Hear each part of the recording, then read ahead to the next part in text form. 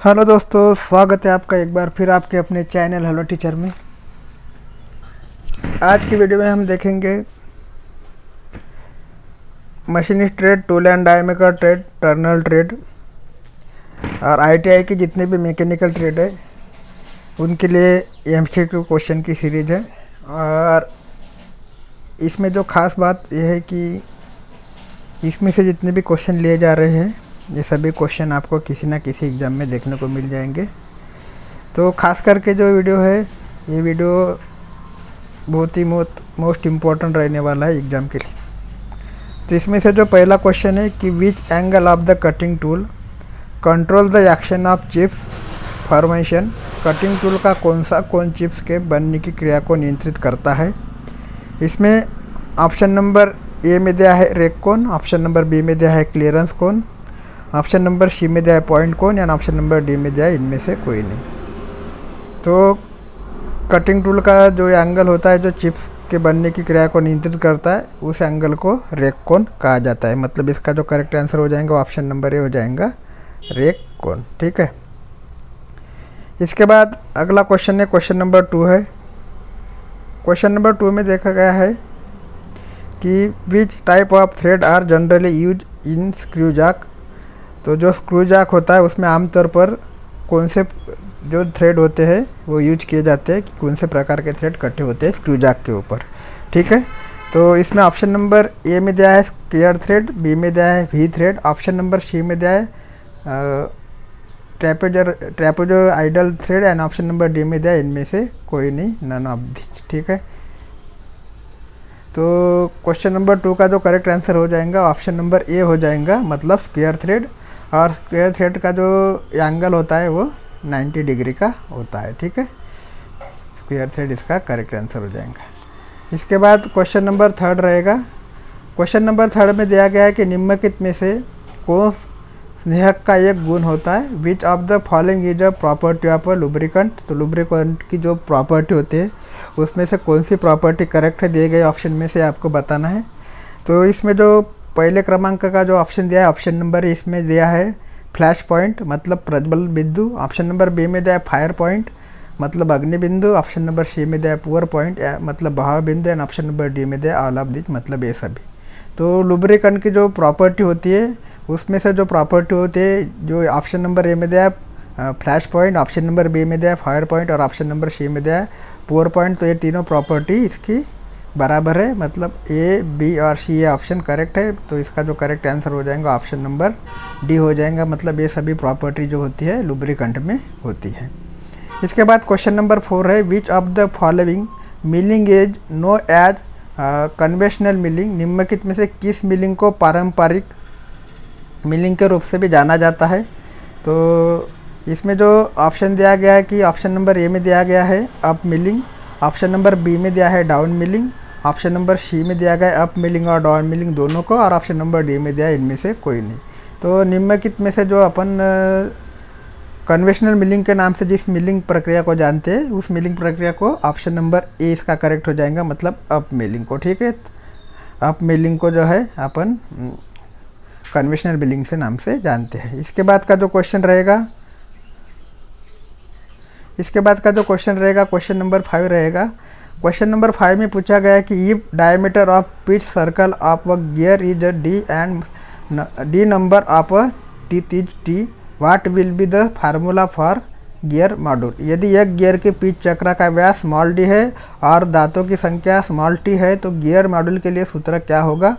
तो gear module का जो सूत्र है लो लगभग सभी एग्जाम में पूछा जाता है और अभी तक ये क्वेश्चन बहुत ही इंपॉर्टेंट क्वेश्चन रहा है, क्योंकि हर एग्ज़ाम में इस क्वेश्चन के ऊपर अपने को इस क्वेश्चन के ऊपर जो है भर दिया जाता है हर एग्ज़ाम में जो कि आईटीआई ट्रेड में लिया जाता है।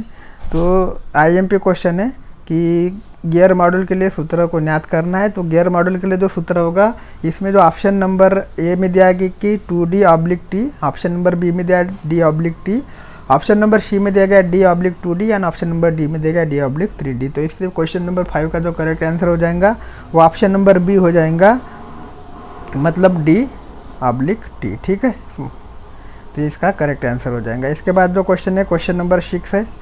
क्वेश्चन नंबर 6 में दिया गया है कि which of the following type of cylindrical grinding machine, निम्नलिखित में से कौन सा बेलनाकार ग्राइंडिंग मशीन का एक प्रकार है। तो ऑप्शन नंबर ए में दिया है कि plain cylindrical grinder, option number B में दिया है universal cylindrical grinder, and option number C में दिया है सेंटरलेस सिलेंड्रिकल ग्राइंडर। ठीक है, सेंटरलेस ग्राइंडर। तो क्वेश्चन नंबर 6 का जो और ऑप्शन नंबर डी में दिया ऑल ऑफ दिस। तो क्वेश्चन नंबर 6 जो है बहुत ही इंपॉर्टेंट क्वेश्चन है, और इसमें जो सिलेंड्रिकल ग्राइंडर मशीन के जो टाइप दिए गए हैं, इसमें से ये टाइप में जो दिया गया है कि प्लेन सिलेंड्रिकल ग्राइंडर, ये भी सिलेंड्रिकल ग्राइंडिंग मशीन का एक प्रकार होता है। ऑप्शन नंबर बी में दिया यूनिवर्सल सिलेंड्रिकल ग्राइंडर, ये भी जो है सिलेंड्रिकल ग्राइंडिंग मशीन का एक प्रकार होता है, एक टाइप होता है। और ऑप्शन नंबर सी में दिया है सेंटरलेस ग्राइंडर, ये भी सिलेंड्रिकल ग्राइंडर मशीन का एक टाइप होता है। तो इसका जो करेक्ट आंसर हो जाएगा ऑप्शन नंबर डी, इसका करेक्ट आंसर हो जाएगा, मतलब ऑल ऑफ दीज। इसके बाद जो क्वेश्चन रहने वाला है क्वेश्चन नंबर 7 है। क्वेश्चन नंबर 7 में दिया गया है कि which heat treatment is done on steel to increase its cutting ability, कर्तन क्षमता बढ़ाने के लिए स्टील पर कौन सा ऊष्मा उपचार किया जाता है। इसमें ऑप्शन नंबर ए में दिया है एनेलिंग, ऑप्शन नंबर बी में दिया है हार्डनिंग, ऑप्शन नंबर सी में दिया है tempering, and option number D में दिया है नॉर्मलाइजिंग। ठीक है, क्वेश्चन को एक बार रिपीट कर देता हूँ कि कर्तन क्षमता बढ़ाने के लिए स्टील पर कौन सा ऊष्मा उपचार किया जाता है। इसका जो करेक्ट आंसर हो जाएगा क्वेश्चन नंबर 7 का, वो ऑप्शन नंबर बी हो जाएगा, मतलब हार्डनिंग। ठीक है, तो हार्डनिंग इसका राइट आंसर हो जाएगा, ऑप्शन नंबर बी। इसके बाद क्वेश्चन नंबर 8 है। क्वेश्चन नंबर 8 में दिया गया है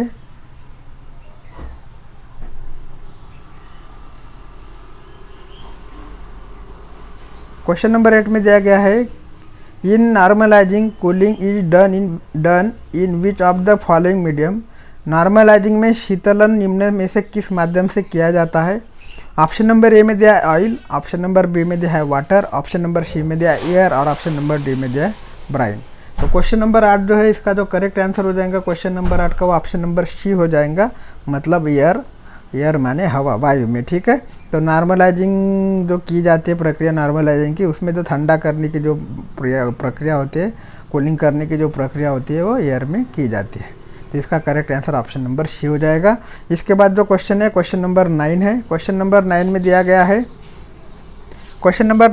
गया है कि which mode allow the use to draw 19 strength line is authorize, कौन सा मोड उपयोगकर्ता को ऑटोकैड में 90 डिग्री सीधी रेखा खींचने की अनुमति देता है। Which mode allow the user to draw 19 degree straight line is authorize. तो इसका जो ऑप्शन नंबर ए में दिया है स्नैप, ऑप्शन नंबर बी में दिया ऑर्थो, ऑप्शन नंबर सी में दिया है liner, and option number D में दिया है पोलर ट्रॉकिंग। तो इसका जो करेक्ट आंसर हो जाएगा क्वेश्चन नंबर 9 का, वो ऑप्शन नंबर बी हो जाएगा, मतलब ऑर्थो हो जाएगा। ठीक है, ऑप्शन नंबर बी इसका करेक्ट आंसर हो जाएगा, ऑर्थो। इसके बाद अगला क्वेश्चन है क्वेश्चन नंबर 10 है। क्वेश्चन नंबर 10 में पूछा गया है which of the following is a type of pneumatic actuator, which of the following is a type of pneumatic actuator, निम्नलिखित में से कौन सा एक प्रकार का वायवीय एक्चुएटर है। ऑप्शन नंबर ए में दिया गया है लीनियर, ऑप्शन नंबर बी में दिया गया है रोटरी, ऑप्शन नंबर सी में दिया है limited angle, and option number D में दिया गया है all of these. Question number 10 जो है इंपॉर्टेंट क्वेश्चन है कि निम्नलिखित में से कौन सा एक प्रकार का वायवीय एक्चुएटर है। तो इसका जो करेक्ट आंसर हो जाएगा ऑप्शन नंबर ए, मतलब लाइनर, बी मतलब रोटरी, और option number C limited angle. ये तीनों क्या है, एक प्रकार का वायु एक्चुएटर है, और इसका जो करेक्ट आंसर हो जाएगा ऑप्शन नंबर डी हो जाएगा, मतलब ऑल ऑफ दीज। इसके बाद जो अगला क्वेश्चन है क्वेश्चन नंबर 11 है। इलेक्ट्रो वायवीय सिस्टम में निम्न में से किसका प्रयोग इलेक्ट्रिकल और वायवीय प्रणाली के बीच इंटरफेस के रूप में किया जाता है। इन electro pneumatic system which of the following is used as interface between the electrical and pneumatic system। इसका जो ऑप्शन नंबर ए में दिया piston rod, option number B में दिया push button switch, option number C में दिया relay, and option number D में दिया है सोलेनॉइड वाल्व। तो इसका जो करेक्ट आंसर हो जाएगा क्वेश्चन नंबर 11 का, ऑप्शन नंबर डी हो जाएगा, मतलब जो हो जाएगा सोलेनॉइड वाल्व। ठीक है, इसके बाद जो अगला क्वेश्चन है क्वेश्चन नंबर 12 है। Which one of the following is the command for coolant of निम्नलिखित में से कौन सा कूलन ऑफ के लिए कमांड होता है, जो कि सीएनसी मशीन होती है। जो सीएनसी मशीन के ऊपर हमने स्पेशल एक वीडियो हमारे चैनल में बना के रखा है, आप चाहे तो वहाँ पे देख सकते हैं एम कोड और जी कोड के लिए। तो which one of the following is the command of for coolant of. तो ये सीएनसी मशीन से जो रिलेटेड क्वेश्चन है। सीएनसी का जो लॉन्ग फॉर्म होता है कंप्यूटराइज न्यूमेरिकल कंट्रोल होता है, और इसमें जो प्रोग्रामिंग के जरिए जो मशीन चलाई जाती है। तो इसमें निम्नलिखित में से कौन सा कूलेंट ऑफ के लिए कमांड है। तो कूलेंट ऑफ के लिए सीएनसी मशीन में कौन सा कमांड होता है, ये आपको पूछा गया है। ऑप्शन नंबर ए में दिया M00, ऑप्शन नंबर बी में दिया M05, ऑप्शन नंबर सी में दिया M07 and option number D में दिया M09। तो क्वेश्चन नंबर 12 है, और क्वेश्चन नंबर 12 का जो करेक्ट आंसर हो जाता है वो ऑप्शन नंबर डी हो जाता है, मतलब M09। तो M09 जो है वो coolant of command CNC machine में यूज की जाती है। इसके बाद जो अगला क्वेश्चन है, क्वेश्चन नंबर 13 है। क्वेश्चन नंबर 13 में दिया गया है कि which of the following material can not be machine by EDM. निम्नलिखित में से किस पदार्थ की मशीनिंग ईडीएम द्वारा नहीं की जाती। ईडीएम द्वारा नहीं की जाती है, मतलब ईडीएम मशीन द्वारा नहीं की जाती है। कौन सा पदार्थ है जिसकी मशीनिंग ईडीएम नहीं कर सकता। तो ऑप्शन नंबर ए में दिया है लोहा, ऑप्शन नंबर बी में दिया है एल्यूमिनियम, ऑप्शन नंबर सी में दिया है copper and option number D में दिया है लकड़ी। तो क्वेश्चन नंबर 13 जो है इंपॉर्टेंट क्वेश्चन है। और ईडीएम का जो लॉन्ग फॉर्म होता है वो इलेक्ट्रो डिस्चार्ज मशीन होता है, ठीक है। इलेक्ट्रो डिस्चार्ज मशीन ईडीएम का लॉन्ग फॉर्म। तो इलेक्ट्रो डिस्चार्ज मशीन के द्वारा जो इस मटेरियल की कटिंग नहीं की जाती वो मटेरियल है वुड, मतलब लकड़ी, ठीक है। ऑप्शन नंबर डी इसका करेक्ट आंसर हो जाएगा। इसके बाद अगला क्वेश्चन है, क्वेश्चन नंबर 14 है। क्वेश्चन नंबर 14 में पूछा गया है कि which of the following is the basic characteristic of electrode material of EDM. निम्नलिखित में से कौन सा ईडीएम के इलेक्ट्रोड सामग्री का मूल विशेषता है। तो ऑप्शन नंबर ए में दिया है उच्च विद्युत चालकता, मतलब high electrical conductivity. Option number B में दिया हाई थर्मल कंडक्टिविटी, मतलब उच्च तापकीय चालकता। ऑप्शन नंबर सी में दिया है both high electrical conductivity and high thermal conductivity, मतलब उच्च विद्युत चालकता और उच्च तापकीय चालकता दोनों। और ऑप्शन नंबर डी में दिया नन ऑफ दिस, इसमें से कोई नहीं। तो क्वेश्चन नंबर 14 जो है इसका जो करेक्ट आंसर हो जाएगा ऑप्शन नंबर सी हो जाएगा, मतलब दोनों मतलब ऑप्शन नंबर ए और ऑप्शन नंबर बी ये दोनों राइट है, ठीक है। इसके बाद जो क्वेश्चन है, क्वेश्चन नंबर 15 है। Which of the following is an advantage of CNC wire cut EDM. तो निम्नलिखित में से कौन सा सीएनसी वायर कट ईडीएम का एक लाभ है। तो ऑप्शन नंबर ए में जो दिया गया है कि accuracy and precision of dimension are of very good quality. Option number B में दिया है laser cutting force required and option number C में जो दिया गया कि वर्कपीस की कठोरता और चिमड़ापन मशीन में समस्या पैदा नहीं करते, और ऑप्शन नंबर डी में दिया all of this. Question number 15 का जो करेक्ट आंसर हो जाएगा ऑप्शन नंबर डी हो जाएगा, मतलब जो तीनों दिया गया है और ये बी एंड सी तीनों ऑप्शन जो है करेक्ट ऑप्शन है, ठीक है। तो इसका जो correct answer option number D हो जाएगा। इसके बाद जो अगला क्वेश्चन है, क्वेश्चन नंबर 16 है। क्वेश्चन नंबर 16 में दिया गया है कि in wire cut EDM the wire is held tight between dash. Wire cut EDM में तार को डैश के बीच कसकर रखा जाता है। ऑप्शन नंबर ए में दिया गया है ऊपरी और निचले नोजल पे, मतलब upper and lower nozzle. Option number B में दिया ऊपरी और निचले हिरक गाइड पर, मतलब upper and lower diamond guide. Option number C में दिया हैंडल में ऊपरी और निचले ग्रू पर, upper and lower groove in the handle. And option number C में दिया ऊपरी और निचली पुली पर, अपर एंड लोअर पुली। तो इसका जो करेक्ट आंसर हो जाएगा क्वेश्चन नंबर 16 का, क्वेश्चन नंबर 16 का जो करेक्ट आंसर वो ऑप्शन नंबर सी हो जाएगा, हैंडल में ऊपरी और निचले ग्रू पर, मतलब option number C upper and lower groove in the handle. इसके बाद जो अगला क्वेश्चन है, क्वेश्चन नंबर 17 है। क्वेश्चन नंबर 17 में पूछा गया है कि which of the following is a sub system of wire cut EDM. निम्नलिखित में से कौन सा वायर कट ईडीएम की एक उप प्रणाली है। ऑप्शन नंबर ए में दिया गया इसका कि ड्राई इलेक्ट्रिकल प्रणाली। ऑप्शन नंबर बी में दिया वायर फीडिंग प्रणाली। ऑप्शन नंबर सी में दिया पोजिशनिंग प्रणाली एंड ऑप्शन नंबर डी में दिया all of these. Question number 17 का जो करेक्ट आंसर हो जाएगा ऑप्शन नंबर डी हो जाएगा, मतलब डाई इलेक्ट्रिकल प्रणाली, वायर फीडिंग प्रणाली और पोजिशनिंग प्रणाली, ये तीनों जो है तीनों ऑप्शन राइट हो जाएगा। तो इसका जो करेक्ट आंसर है वो ऑप्शन नंबर डी है, ठीक है। इसके बाद जो अगला क्वेश्चन है, क्वेश्चन नंबर 18 है। Metal remove rate in EDM increase in dash. EDM वृद्धि में धातु हटाने की दर डैश है। ऑप्शन नंबर ए में दिया गया सीधे वर्तमान के लिए अनुपातिका, directly proportion to the current. Option number B में दिया inversely proportion to the current. Option number C में दिया directly proportion to the applied voltage and option number D में दिया है inversely proportional to the applied voltage. Question number 18 जो इसका जो करेक्ट आंसर हो जाएगा क्वेश्चन नंबर 18 का ऑप्शन नंबर ए हो जाएगा, मतलब सीधे वर्तमान के लिए अनुपातिका। इसके बाद जो क्वेश्चन है क्वेश्चन नंबर 19 है, 19 नंबर का क्वेश्चन है। Which of the following is an element of coordinate measuring machine, निम्नलिखित में से कौन सा कोऑर्डिनेट मेजरिंग मशीन का एक तत्व है। ऑप्शन नंबर ए में दिया प्रोब सिस्टम प्रणाली, ऑप्शन नंबर बी में दिया है मशीनिंग नियंत्रक और computer hardware, option number C में दिया है मेन स्ट्रक्चर मुख्य संरचना और ऑप्शन नंबर डी में दिया all of these. Question number जो 19 है, 19 का जो करेक्ट आंसर हो जाएगा वो ऑप्शन नंबर डी हो जाएगा, मतलब ऑल ऑफ दीज। तो निम्नलिखित में से कौन सा कोऑर्डिनेट मेजरिंग मशीन का एक तत्व है, तो इसमें प्रोब प्रणाली probe system, option number B में दिया machine control and computer hardware and option number C main structure. ये तीनों क्या है कोऑर्डिनेट मेजरिंग मशीन का एक तत्व होता है, ठीक है।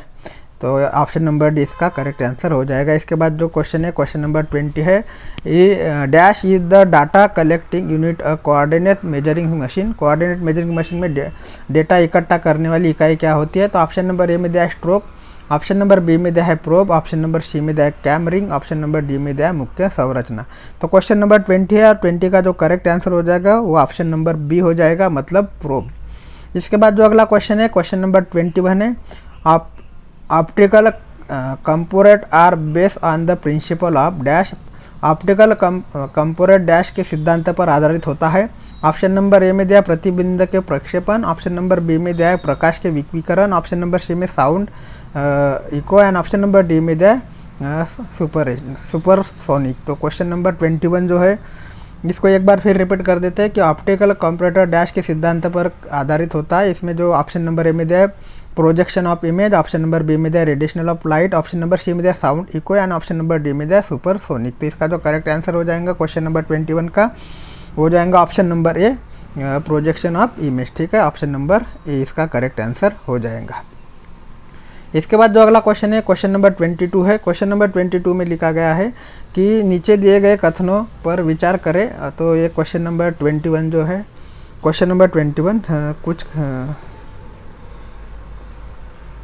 नीचे दिए गए कथनों पर क्वेश्चन नंबर 21 हो गया है। क्वेश्चन नंबर 22 जो है किस कारण कैंसिल हो गया था, तो इसमें जो पूरा क्वेश्चन दिया गया नहीं 22 में। तो क्वेश्चन नंबर 23 देखते हैं, विच of the following parameter is important for specifying surface roughness. सतह खुरदरापन को निर्दिष्ट करने के लिए निम्न में से कौन सा मापदंड महत्वपूर्ण होता है। ऑप्शन नंबर ए में दिया गया है विथ ऑफ इनरेगुलरिटी, मतलब अनियमितताओं को चौड़ाई, ऑप्शन नंबर बी में दिया गया अनियमितताओं की ऊंचाई, ऑप्शन नंबर सी में दिया गया अनियमितताओं की चौड़ाई और ऊंचाई दोनों, और ऑप्शन नंबर डी में दिया इनमें से कोई नहीं। तो इसका जो करेक्ट आंसर है ऑप्शन नंबर सी है, जो कि हमने टिक मार्क करके रखा है। तो ऑप्शन नंबर सी इसका करेक्ट आंसर हो जाएगा, ठीक है। इसके बाद जो क्वेश्चन है क्वेश्चन नंबर 25 है। क्वेश्चन नंबर 25 में दिया गया है कि निम्नलिखित में से किसका उपयोग प्रत्येक स्ट्रोक के बाद स्ट्रोक सामग्री को पंच से हटाने के लिए किया जाता है। Which of the following is used to strip the stock material of the punches after each stroke. Option number A में दिया स्ट्रिपर, ऑप्शन नंबर बी में दिया die holder, option number C में दिया punch holder and option number D में दिया guide post. तो question number 25 का जो करेक्ट आंसर हो जाएगा वो ऑप्शन नंबर ए हो जाएगा, मतलब स्ट्रिपर हो जाएगा। इसके बाद जो अगला क्वेश्चन है क्वेश्चन नंबर 26 है, the element of the tool which ejects the blank is called and dash. Tool का तत्व जो ब्लैक को बाहर निकालता है डैश कहा जाता है। ऑप्शन नंबर ए में दिया इजेक्टर, ऑप्शन नंबर बी में दिया है रैम, ऑप्शन नंबर सी में दिया punch holder and option number D में दिया गाइड पोस्ट। तो जो एलिमेंट होता है जो कि टूल का तत्व होता है कि ब्लैक को बाहर निकलता है, वो उसको क्या कहा जाता है, तो उसको कहा जाता है क्वेश्चन नंबर 26 का जो करेक्ट आंसर हो जाएगा ऑप्शन नंबर ए हो जाएगा, मतलब इजेक्टर। तो उसे क्या कहा जाता है, इजेक्टर कहा जाता है। इसके बाद जो अगला क्वेश्चन है क्वेश्चन नंबर 27 है। क्वेश्चन नंबर 27 में पूछा गया है कि the drawing is also called as drip drawing. तो the drawing is also called as dash. तो ड्रिप ड्राइंग को डैश भी कहा जाता है। ड्रिप ड्राइंग को दूसरे नाम कौन से नाम से जाना जाता है वो पूछा गया है। ऑप्शन नंबर ए में दिया है cup drawing, option number B में दिया है plate drawing, option number C में दिया है spoon drawing and option number D में दिया है फॉर्क ड्राइंग। तो क्वेश्चन नंबर 27 जो है उसका जो करेक्ट आंसर हो जाएगा ऑप्शन नंबर ए हो जाएगा, मतलब कप ड्राइंग। इसके बाद जो अगला क्वेश्चन है क्वेश्चन नंबर 28 है, which of the following statement is true. निम्नलिखित में से कौन सा कथन सत्य हो आपको बताना है। नीचे कुछ कथन दिए गए उसमें से सत्य कथन पहचानना है। उसमें से ऑप्शन नंबर ए में दिया है कि punching a number of holes in a sheet is known as notching, एक शीट में ये कई छिद्र पर पंच करने को नोचिंग कहा जाता है। ऑप्शन नंबर बी में दिया ISO stand for Indian office of standard, ISO से अभिप्राय इंडियन ऑफिस ऑफ स्टैंडर्ड से है। ऑप्शन नंबर सी में दिया cast iron is non ferrous metal, ढलवा वाला एक अलोह धातु है। और ऑप्शन नंबर डी में दिया इनमें से कोई नहीं। तो क्वेश्चन नंबर 28 का जो करेक्ट आंसर हो जाएगा ऑप्शन नंबर डी हो जाएगा, मतलब इनमें से कोई नहीं। इसके बाद जो क्वेश्चन है क्वेश्चन नंबर 29 है, which of the following statement is not true about fine blanking. तो फाइन ब्लैंकिंग के बारे में कौन सा कथन सत्य नहीं है। ऑप्शन नंबर ए में दिया it work on the principle of press technique, तो यह प्रेस टेक्निक की सिद्धांत पर काम करता है। ऑप्शन नंबर बी में दिया quality of fine blanking products are high, fine blanking उत्पादों की गुणवत्ता उच्च होती है। ऑप्शन नंबर सी में दिया quality of fine blanking produce are poor, fine blanking उत्पादों की गुणवत्ता खराब होती है। और ऑप्शन नंबर डी में दिया fine blanking products is ready for assembly operation, assembly operation के लिए फाइन ब्लैंकिंग उत्पादन तैयार है। तो क्वेश्चन नंबर 29 का जो करेक्ट आंसर हो जाएगा ऑप्शन नंबर सी हो जाएगा कि फाइन ब्लैंकिंग के बारे में कौन सा कथन सत्य नहीं है। तो इसका जो ऑप्शन जो है सी है कि फाइन ब्लैंकिंग उत्पादों की गुणवत्ता खराब होती है, ये कथन सही नहीं है, ठीक है, सत्य नहीं है। इसके बाद जो अगला क्वेश्चन है इस वीडियो का लास्ट क्वेश्चन है, इसके बाद के क्वेश्चन अगले वीडियो में कवर करेंगे। तो question number 30, in which of the following machine tensile test can be perform, तो निम्नलिखित में से किस मशीन पर तन्यता परीक्षण किया जा सकता है। ऑप्शन नंबर ए में दिया गया है कि इम्पैक्ट परीक्षण मशीन, ऑप्शन नंबर बी में दिया universal testing machine, option number C में दिया Rockwell testing and option number D में दिया ब्रिनल टेस्टर। तो क्वेश्चन नंबर जो 30 है कि निम्नलिखित में से किस मशीन पर तन्यता परीक्षण नहीं किया जा सकता, किस मशीन पर तन्यता परीक्षण किया जा सकता है। In which of the following machine tensile test can be perform, इसका जो करेक्ट आंसर हो जाएगा ऑप्शन नंबर क्वेश्चन नंबर 30 का ऑप्शन नंबर बी हो जाएगा, मतलब यूनिवर्सल परीक्षण मशीन, यूनिवर्सल टेस्टिंग मशीन। तो इसी के साथ यहाँ पे मोस्ट इम्पॉर्टेंट का जो 30 क्वेश्चन का वीडियो यहाँ पे कंप्लीट होता है। आगे का क्वेश्चन अगले वीडियो में कवर करेंगे। तब तक आप हमारे चैनल हेलो टीचर को अगर सब्सक्राइब नहीं किया है तो प्लीज़ सब्सक्राइब कर लीजिए, बेल आइकन को क्लिक कर लीजिए और अपने दोस्तों का शेयर कर लीजिए। थैंक यू, धन्यवाद।